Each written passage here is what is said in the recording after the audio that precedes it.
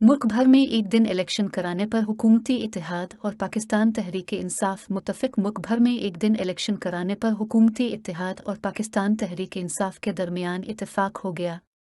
हुकूमती इत्तेहाद और पीटीआई के दरमियान इलेक्शन के हवाले से मुज़ाकरात का तीसरा दौर पार्लियामेंट हाउस के कमेटी रूम में हुआ।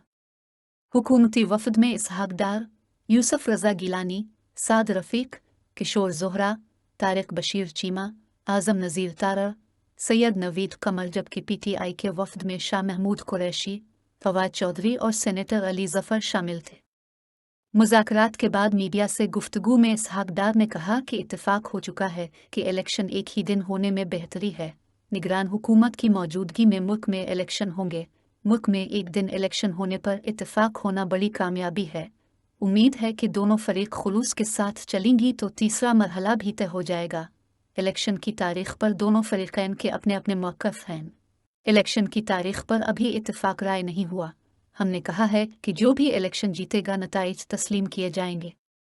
मुज़ाकरात के बाद तहरीक-ए-इंसाफ के रहनुमा शाह महमूद कुरैशी ने कहा कि हमने इत्तेफाक किया है कि ऐसे नुक्ते पर मुत्तफ़िक हों जो आइन से मुताबिकत रखता हो।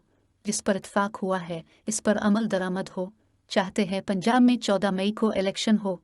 पीडीएम का मौक़िफ़ था इलेक्शन सारे मुल्क में एक ही रोज़ हों। पीडीएम का मौक़िफ़ था कि असेंबलियों की तहलील मुद्दत पूरी होने पर हो।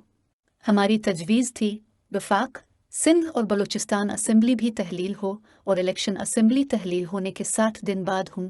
60 दिन में इलेक्शन को आइनी कोर देना होगा। इसके लिए आइनी तरमीम हो।